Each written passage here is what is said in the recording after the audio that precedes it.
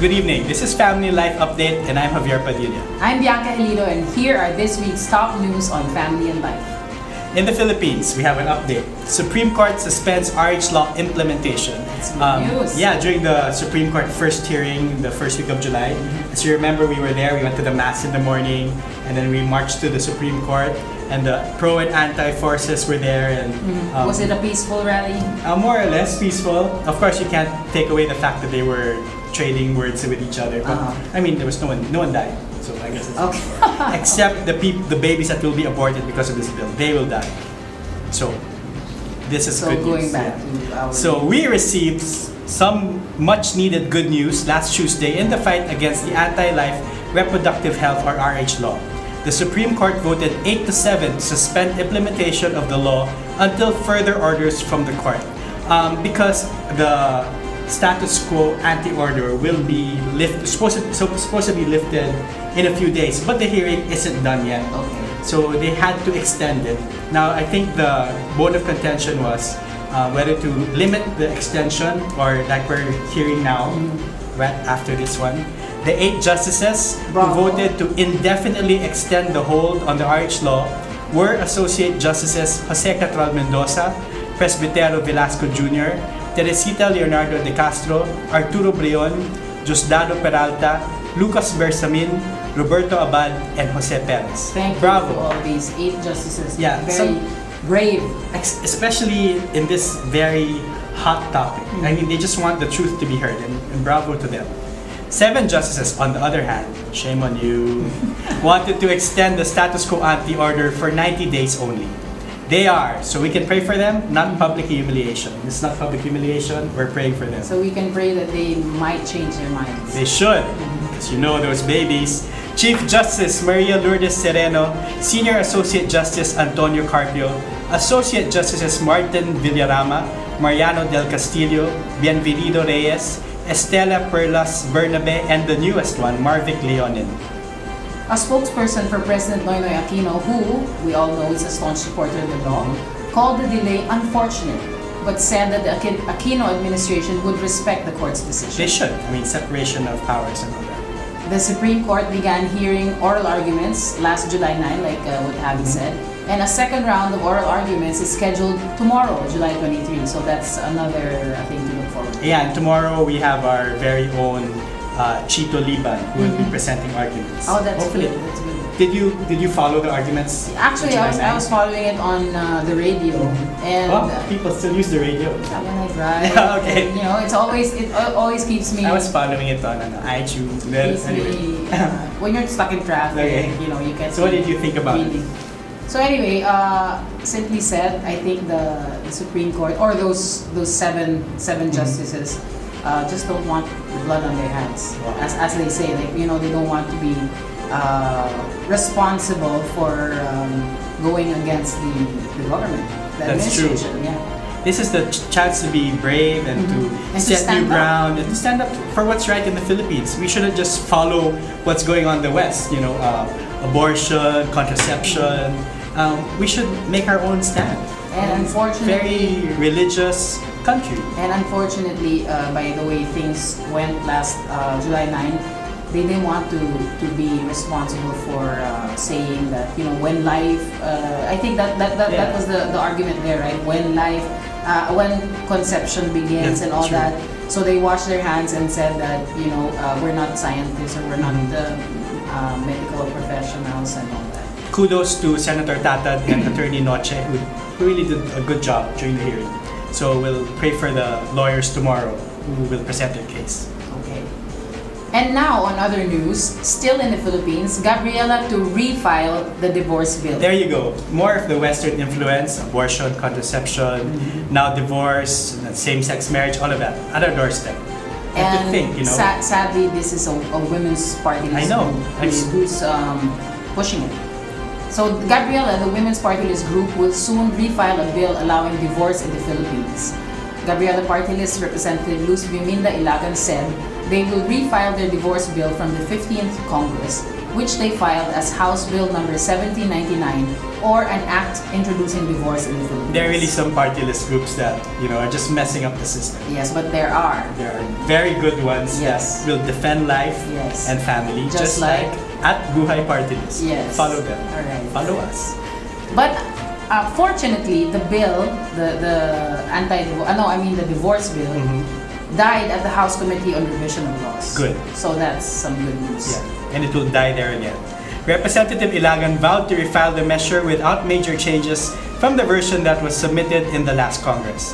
Under the proposed divorce bill, the measure will allow those who have been separated for 5 years and those already legally separated for 2 years to apply for divorce. I don't think divorce is really the answer in the Philippines because we're deeply religious. We really take care of family and our elderly. I mean, the value system is really good. We should just focus on pre-marriage preparation. Because a lot of people nowadays, they chat and then they meet and they get married. I mean, that's not how it's done.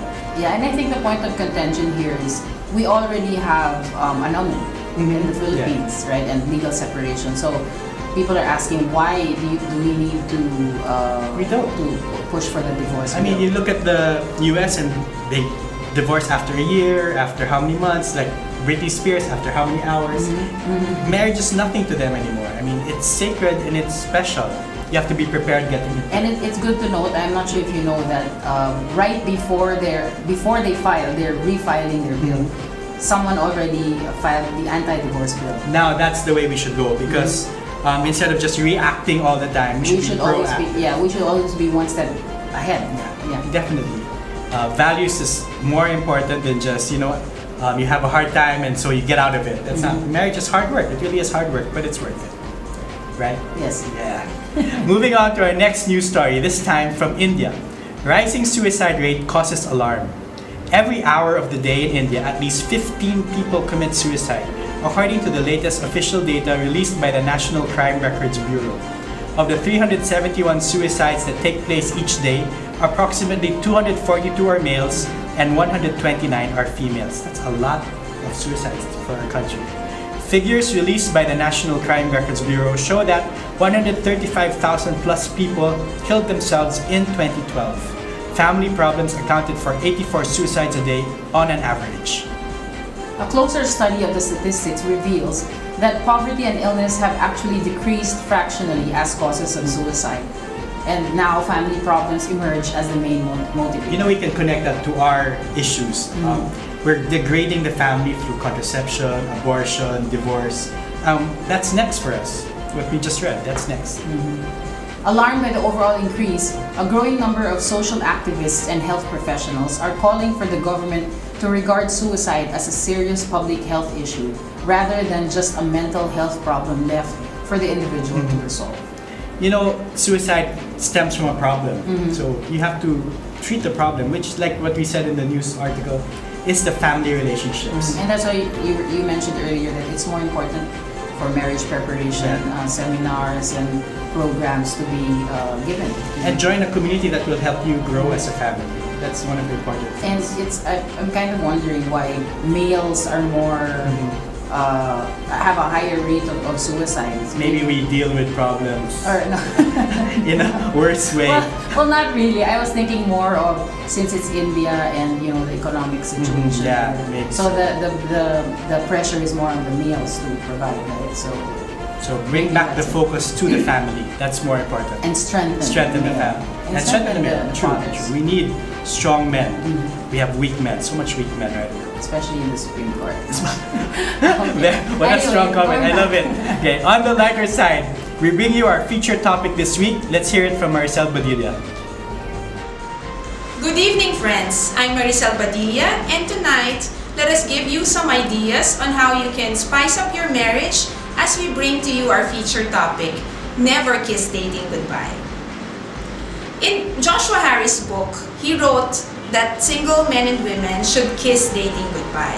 Contrary to what he advised single men and women, because at that time, single men and women are supposed to kiss dating goodbye.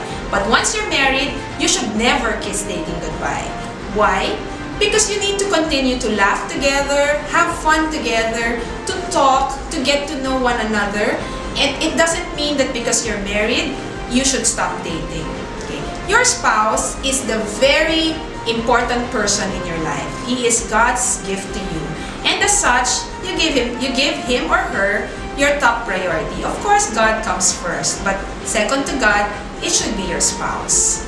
It doesn't have to be something elaborate like going to Hong Kong or going to the States. It can mean little things every day, little things every week, or once a month. It has to be, the idea here is that you have to have time together. Time to spend alone time with your husband, with your spouse. Okay? If we have alone time with God, we should also have alone time with our husband or our wife. It can be simple. If you have more money, then it can be more elaborate. However, it can be just as simple as walking in the park, walking in the subdivision where you live in, or walking hand in hand, and just looking around the different houses and seeing which kinds of houses you would want to have in the future, or just really building dreams together and talking about your day with your spouse. So cost should not be an issue. It can be very cheap, or you can save up for it so that once a week at least you have something special in line for your spouse. For availability, sometimes the issue here is not the cost. You may have the money, but you don't have the time to spend with your spouse. Sometimes when the children start coming, the difficulty is you're torn between taking care of your children and having alone time with your spouse. But taking care of your children is also very important. However, we can have creative ways also of looking for people to take care of our children. Like if you have your parents or your parents-in-law, maybe once a week you can ask them to come over the house so that they can watch the kids while you watch a movie, or you have dinner outside. And so if that's not possible, then maybe a friendly neighbor who is also a friend of yours you can bring your kids over, and then when it's their turn to have their date nights, you return the favor by having their kids over to play in your home. So be creative.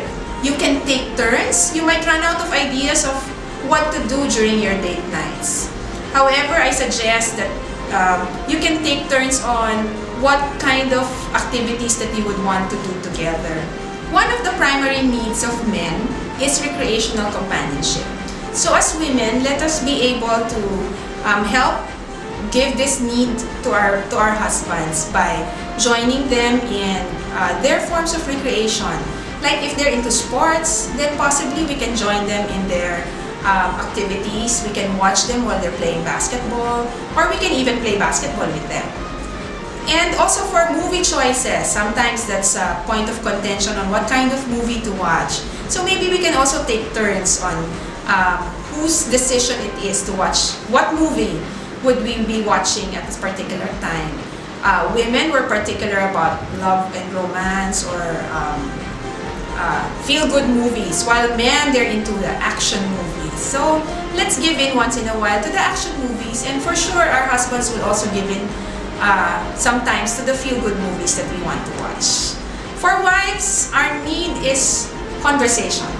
We want to talk about our children, we want to talk about our plans for the future, and so possibly a quiet corner at the coffee shop or dinner in a quiet place. Skip the fast food if you want to have conversation.